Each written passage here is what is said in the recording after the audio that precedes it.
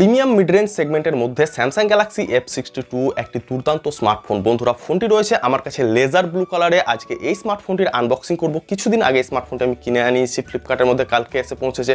তো আজকে এর আনবক্সিং হবে এবং সত্যি এক কথায় বলতে গেলে স্মার্টফোনটি নিয়ে প্রচুর চর্চা হচ্ছে, এর পারফরমেন্সকে নিয়ে, এর ক্যামেরা সেকশনকে নিয়ে। আর হবেই না বা কেন, 7000 মিলিঅ্যাম্পিয়ারের ব্যাটারি, 7 ন্যানোমিটারের প্রসেসর, এছাড়া 64 মেগাপিক্সেলের প্রাইমারি ক্যামেরা। ওভারঅল দেখতে গেলে সত্যি খুব ভালো এবং এর প্রাইস অত্যন্ত রিজনেবল প্রাইসে স্মার্টফোনটি লঞ্চ হয়েছে। এক কথায় প্রিমিয়াম মিড রেঞ্জ সেগমেন্টের মধ্যে একটি কিন্তু দুর্দান্ত স্মার্টফোন বলে আমারও মনে হয়েছে। তো বিস্তারিত আলোচনা করব, ফোনটির সবচেয়ে খারাপ দিকগুলি আপনাদের সাথে তুলে ধরবো। মানে এই ফোনটির খারাপ দিক কী কী, কারণ সবাই তো ভালো দিক নিয়ে আলোচনা করছে। তো খারাপ দিক নিয়ে আলোচনা হবে এবং ভালো দিক নিয়েও আলোচনা হবে। তার আগে আমি সৈকত টেক প্রজেক্ট চ্যানেলে আপনাদের সকলকে স্বাগত জানাই। ভিডিও ভালো লাগলে লাইক করবেন, শেয়ার করবেন, চ্যানেলটি সাবস্ক্রাইব করে অবশ্যই পাশে থাকবেন, কারণ আপনার উপস্থিতি আমার এই চ্যানেলে অত্যন্ত প্রয়োজনীয়। বন্ধুরা, স্যামসাং গ্যালাক্সি F62 এই স্মার্টফোনটির যে বক্স, এক কথায় বলতে গেলে কালারফুল বক্স এবং কালারফুল ফোনও আমরা অনুমান করতে পারি। আমার কাছে রয়েছে লেজার ব্লু কালারে, ফোনটি পাওয়া যায় লেজার গ্রে এবং লেজার গ্রিন। যদিও লেজার গ্রিন কালারটি বেশ আকর্ষণীয় মনে হয়। তো দুটি ভেরিয়েন্টেও পাওয়া যায়, 6GB 128GB এবং 8GB ও 128GB।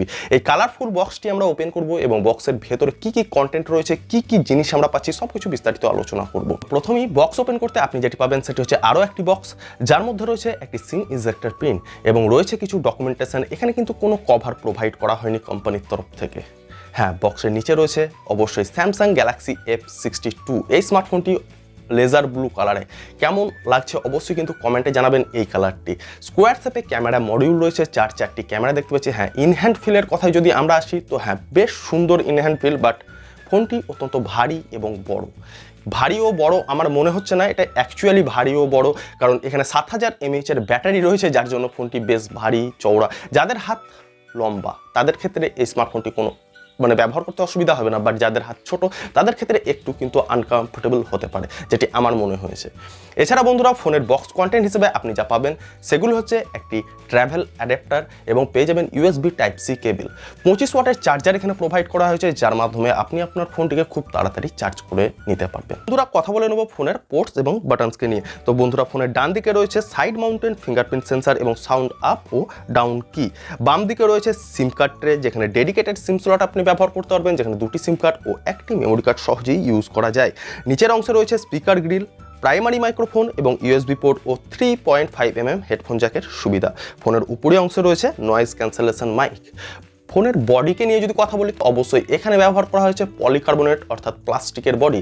হ্যাঁ, যদিও এই পলিকার্বনেট বা প্লাস্টিকের বডিটা আমাকে মনে হয়েছে স্যামসাং গ্যালাক্সি M51 থেকে অনেকটাই বেটার। হ্যাঁ, লুকস ওয়াইজও দেখতে গেলে বেশ কিন্তু আকর্ষণীয় লুকস এখানে কোম্পানি প্রোভাইড করেছে। হ্যাঁ, যদিও অবশ্যই আপনারা কিন্তু কভার ইউজ করবেন, কারণ কভার ইউজ না করলে এখানে স্ক্র্যাচ আসার সম্ভাবনা রয়েছে। তো প্রথম খারাপ দিক হিসেবে কিন্তু আপনার এটি মনে হয়েছে যে এখানে এত দামি একটি স্মার্টফোন অর্থাৎ 25 থেকে 26,000 টাকার কাছাকাছি স্মার্টফোনে যদি পলিকার্বনেটেড বডি থাকে এবং সেখানে স্ক্র্যাচ আসার সম্ভাবনা থাকে, তো অবশ্যই বেশ চিন্তিত হয়ে যাওয়া হয়। কথা বলে নেব বন্ধুরা ফোনের ডিসপ্লেকে নিয়ে। তো ফোনের ডিসপ্লে হিসেবে এখানে আপনি অসাধারণ ডিসপ্লে পাচ্ছেন। স্যামসাংয়ের ডিসপ্লে মানেই তো অসাধারণ ডিসপ্লে হয়েই থাকে, তবুও এখানে অসাধারণ এই কারণেই, কারণ 6.7 ইঞ্চের একটি বড় ডিসপ্লে প্রথমত পাচ্ছেন। সুপার অ্যামোলেড প্লাস থাকছে, আর সুপার অ্যামোলেড প্লাস ডিসপ্লে মানে এখানে আপনি ব্ল্যাক, একদম ব্ল্যাক দেখতে পাবেন। কালার পাঞ্চি থাকবে, এক কথায় বলতে গেলে কালার অ্যাকুরেন্সি দুর্দান্ত হবে। ব্লেজেল নেই বললেই চলে, সেন্টারে কিন্তু একটি ছোট্ট পাঞ্চ হোল রয়েছে। তো এক কথায় দেখতে গেলে প্রিমিয়াম লাগে দেখতে সামনের দিক দিয়ে। মানে স্যামসাং যেসব প্রিমিয়াম স্মার্টফোন রয়েছে, নোট 20 আলট্রা বলতে পারেন বা S21 আলট্রা, S20 FE, এগুলোর মতো কিন্তু বেশ প্রিমিয়াম লুকস দেয় সামনের দিক দিয়ে।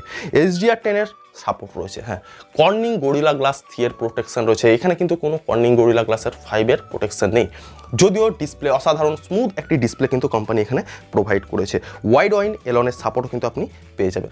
বন্ধুরা, ফোনের ব্যাক সাইডকে নিয়ে যদি কথা বলি তো ব্যাক সাইডে প্রথমতই বলেছি পলিকার্বনেটের বডি এখানে কোম্পানি ব্যবহার করেছে। 4টি ক্যামেরা এখানে রয়েছে স্যামসাংয়ের logo, LED flash light. Camera সেকশনে আপনি যেটি পাবেন সেটি হচ্ছে 64 মেগাপিক্সেলের প্রাইমারি ক্যামেরায়, যেখানে ব্যবহার করা হয়েছে সোনির সেন্সার।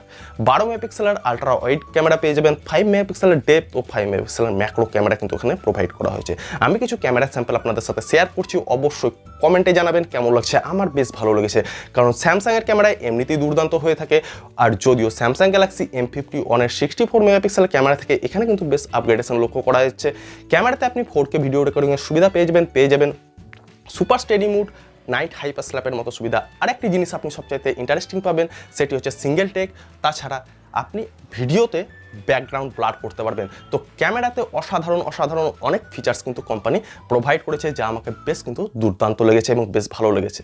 ফোনের ব্যাটারিকে নিয়ে যদি কথা বলি, তো 7000 mAh এর ব্যাটারি এখানে প্রোভাইড করা হয়েছে, অর্থাৎ 7000 mAh এর ব্যাটারি আপনাকে দুদিনের ব্যাটারি ব্যাকআপ আশা করা যায় আরামসে দিয়ে দেবে।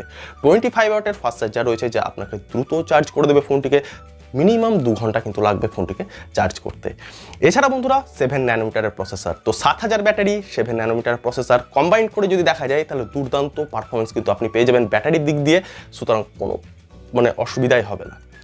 পারফরমেন্সকে নিয়ে যদি কথা বলি, তো স্যামসাংয়ের ফ্ল্যাগশিপ প্রসেসর এখানে ব্যবহার করা হয়েছে Exynos 9825। এই Exynos 9825 প্রসেসরটি 2 বছর আগে লঞ্চ করা হয়েছিল, যেটি 7 ন্যানোমিটার টেকনোলজিতে তৈরি এবং স্যামসাং নোট 10 প্লাসে ব্যবহার করা হয়েছে। ফ্ল্যাগশিপ প্রসেসর হওয়ার কারণে আপনারা এখানে গেমিং পারফরমেন্স ভালো পাবেন ডে টু ডে ইউজে দুর্দান্ত পারফরমেন্স, ব্যাটারি ব্যাকআপও কিন্তু ভালো পেয়ে যাবেন। সুতরাং প্রসেসরকে নিয়ে কোনো সন্দেহ করার আমার কোনো জায়গায় নেই। যদিও প্রসেসরটি একটু পুরাতন, বাট হ্যাঁ, আমরা যদি মিড রেঞ্জে একটি ফ্ল্যাগশিপ প্রসেসর পাই, তো অবশ্যই সেখানে তো ভালো পারফরমেন্স আশা করবই। আর স্যামসাংয়ের মতো ব্র্যান্ড ওভারঅল দুর্দান্তই হবে। One UI 3.1 এখানে আপনারা আউট অফ দ্য বক্স পেয়ে যাবেন, মানে সফটওয়্যার অপটিমাইজেশন দুর্দান্ত থাকছে, অ্যান্ড্রয়েড 11 এর সাপোর্ট থাকছে। কোম্পানি এখানে কিন্তু কোনো কম্প্রোমাইজ করেনি, সফটওয়্যারের দিক দিয়ে কম্প্রোমাইজ করেনি, হার্ডওয়্যারের দিক দিয়ে কম্প্রোমাইজ করেনি। কেন বলছি? কারণ সফটওয়্যারের সাথে হার্ডওয়্যারের কম্বাইন্ডে স্যামসাংয়ের নক সিকিউরিটি কিন্তু আপনারা এখানে পেয়ে যাবেন, অর্থাৎ স্যামসাংয়ের এ সিরিজের যে সমস্ত ফিচার্স আমরা দেখে থাকি, সেগুলো কিন্তু আপনারা সবই এখানে পেয়ে যাবেন। তো নক সিকিউরিটি পাচ্ছেন, অর্থাৎ একটি সিকিউর ফোন আপনার হয়ে যাচ্ছে, সিকিউর ফোল্ডারের সাপোর্ট থাকছে, স্যামসাং পের মতো সুবিধা পাবেন, NFC, এগুলো কিন্তু সবই থাকছে স্যামসাং গ্যালাক্সি F62। এছাড়া ডুয়াল 4G ওয়াইফাই কলিং এগুলো তো থাকছে। সব ধরনের সেন্সার এখানে প্রোভাইড করা হয়েছে। সুপার অ্যামোলেড ডিসপ্লে থাকা সত্ত্বেও এখানে কিন্তু ইন ডিসপ্লে ফিঙ্গারপ্রিন্ট সেন্সার নাই, হ্যাঁ, কিন্তু এখানে সাইড মাউন্টেড ফিঙ্গারপ্রিন্ট সেন্সার রয়েছে এবং সেখানে নক্সের সুবিধা রয়েছে, অর্থাৎ ওয়ার্ল্ড জি লাইফের যে সুবিধা সেটাও আপনারা এখানে কিন্তু পেয়ে যাবেন। কথা বলবো ফোনটি সম্পর্কে। অনেকের মনে প্রশ্ন জাগছে যে আপডেটের মাধ্যমে কি এই ফোনটি 5G হয়ে যাওয়া সম্ভব? আমি বলবো এই স্মার্টফোনটি 4G ভেরিয়েন্টে লঞ্চ হয়েছে এবং অবশ্যই 4G ভেরিয়েন্টই থাকে। কোনো সম্ভাবনা নেই যে আপনি এখানে আপডেটের মাধ্যমে 5G স্মার্টফোন হয়ে যাবে। বন্ধুরা, আলোচনা করবো ফোনটির খারাপ দিক নিয়ে। তো ফোনটির খারাপ দিক হিসেবে আমি গুটি কয়েক দিক পেয়েছি, বেশি কিন্তু এখানে কিন্তু খারাপ দিক নেই।